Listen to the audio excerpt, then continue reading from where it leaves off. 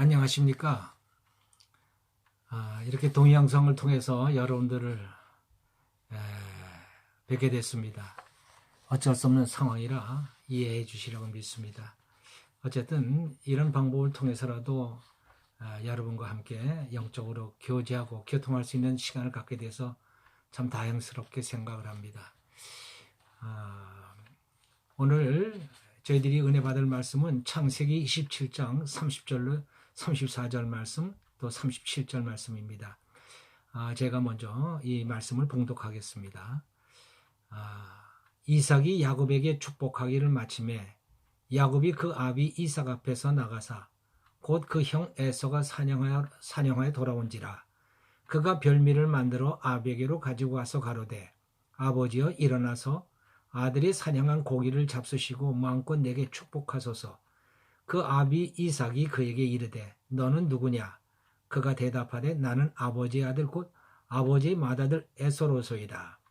이삭이 심히 크게 떨며 가로되 그런즉 사냥한 고기를 내게 가져온 자가 누구냐? 너 오기 전에 내가 다 먹고 그를 위하여 축복하였은즉 그가 정녕 복을 받을 것이니라.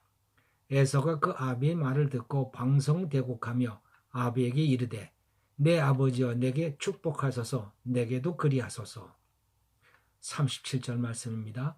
이삭이 에서에게 대답하여 가로되 내가 그를 너의 주로 세우고 그 모든 형제를 내가 그에게 종으로 주었으며 곡식과 포도주를 그에게 공급하였으니 내 아들아 내가 내게 무엇을 할 수 있으랴. 에서가 들에서 고기를 잡아 별미를 만들어 아버지에게 들어가 축복을 해달라고 하자 이삭은 경악을 했습니다. 방금 에서에게 축복을 했는데 에서가 들어와서 축복을 해달라고 하니 그럼 방금 전에 축복을 받아간 자가 누구냐? 야곱이구나. 야곱이 간교에게도 네 복을 빼앗아갔구나.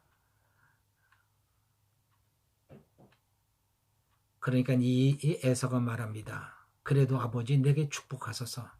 내게 빌 복이 남아있지 않습니까? 에서는 소리 높여 울면서 빌 복이 왜 하나뿐입니까? 나를 축복해달라고 간절하게 애원합니다. 그러나 아버지 이삭은 비정하리만큼 단호했습니다. 너를 위해 빌어줄 복이 없다. 복은 야곱이 받을 것이다. 이삭의 태도가 이상하지 않습니까? 이삭이 둘째 아들 야곱에게 속아서 축복을 잘못한 것을 알았더라면 그 복을 취소하고 에서를 축복해야 하지 않습니까? 그런데 이삭은 전혀 그럴 마음이 없습니다. 또 그럴 기미도 없습니다.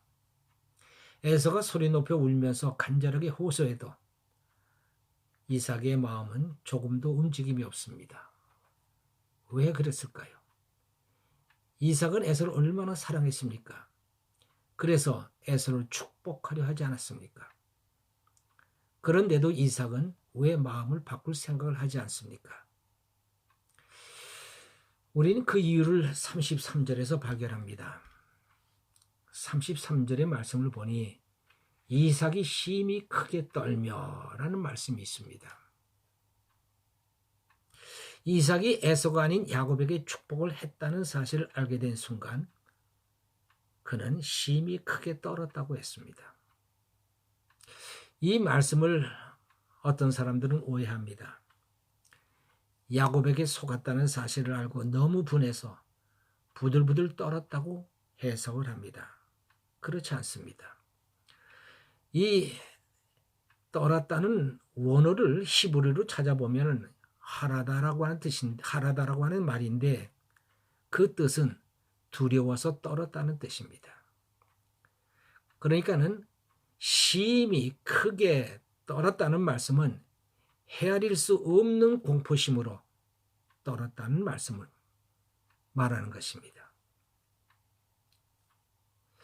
이삭이 야곱이 축복을 받았다는 사실을 알게 된 순간 심히 크게 떨었다는 것은 야곱에게 속아서 화가 나서 그런 것이 아니라 어미하신 하나님 앞에서 엄청난 두려움을 느꼈다는 것입니다. 그는 지존하신 하나님을 그 순간 본 것입니다. 하나님의 뜻 앞에서 자기의 집착이 산산조각 난 것을 본 겁니다. 그동안 리브가는 하나님의 뜻이 야곱에게 있다는 얘기를 했고, 그럼에도 불구하고 이삭은 에서를 사랑해서 에서에게 장자권을 주고 싶었던 것입니다. 그래서 그는 에서에게 축복 기도를 통하여 그에게 축복권을 주고자 했던 것입니다.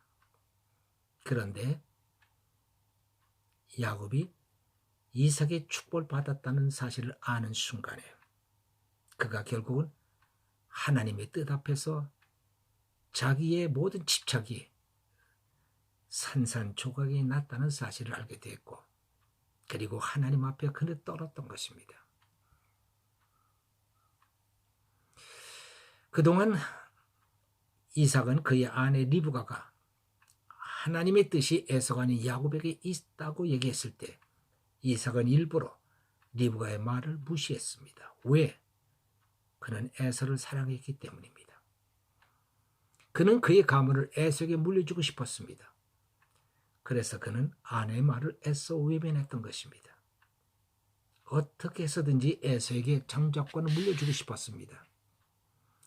그런 그가 에서가 아닌 야곱을 축복했다는 사실을 알게 된 순간 결국 하나님의 뜻대로 되고 말았구나 하는 사실을 깨닫고 전율한 것입니다. 그리고 그는 두려워했습니다.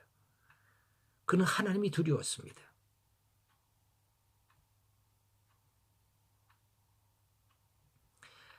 잠언 19장 21절 말씀 보면은 사람의 마음에는 많은 계획이 있어도 오직 여호와의 뜻만이 완전히 서리라. 이삭이 집착을 버리지 못하고 고집을 버렸지만 결국 하나님의 뜻만 이루어진 것입니다.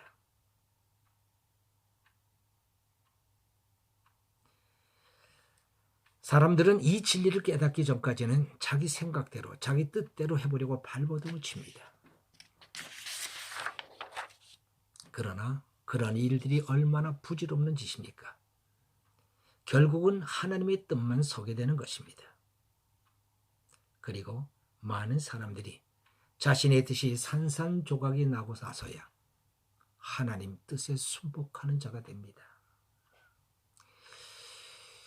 미국에 사는 지요한이라는 분의 얘기가 있습니다.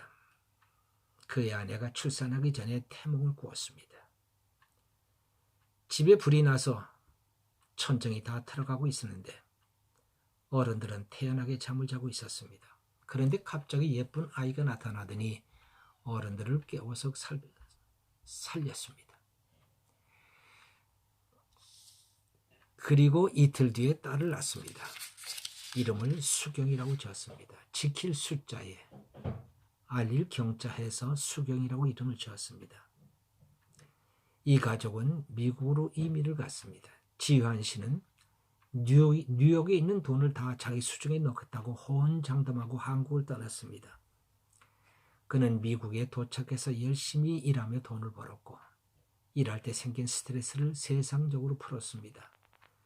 미국에 도착해서는 교회 등록은 했으나 한 달에 한 번 정도 오락가락하는 형식적인 교인의 삶을 살았습니다. 어느 주일에 그는 딸을 데리고 친구 가족과 함께 해변으로 소풍을 갔습니다. 한참을 놀다가 집에 돌아갈 준비를 하는데 딸이 보이지 않았습니다. 결국 수경이는 2시간 후에 물속에서 숨진 채 발견되었습니다. 장례식을 치르고 집으로 돌아왔습니다. 위로하기 위해 집까지 따라온 조문객 중 한 사람이 양주 한 잔을 따라주면서 말했습니다. 한 잔 털어놓고 잊어버리게나. 그는 딸을 잃은 슬픔을 씻으려고 잔을 입으로 가져갔습니다. 그때 그 아내가 절규하듯이 말했습니다.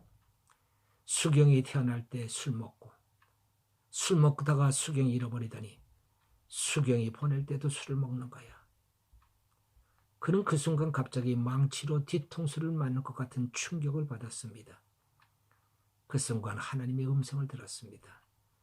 수경이는 내 품에 잘 안겨있다. 수경이는 널 구원하기 위해 보낸 나의 종이니라. 그 후에 시유아 씨는 완전히 다른 사람이 되었습니다. 천국과 지옥을 전하는 사람이 됐습니다. 그 후에 신학교를 나와 목사가 되었다고 합니다. 하나님은 반드시 당신의 뜻을 이루고 마시는 분입니다.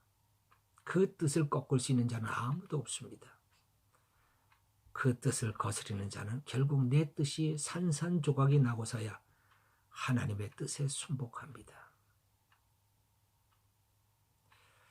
이 산산조각이 나는 내 뜻, 그 내 뜻이 산산조각이 난다는 것은 그것은 많은 아픔이 있습니다. 고통이 있습니다.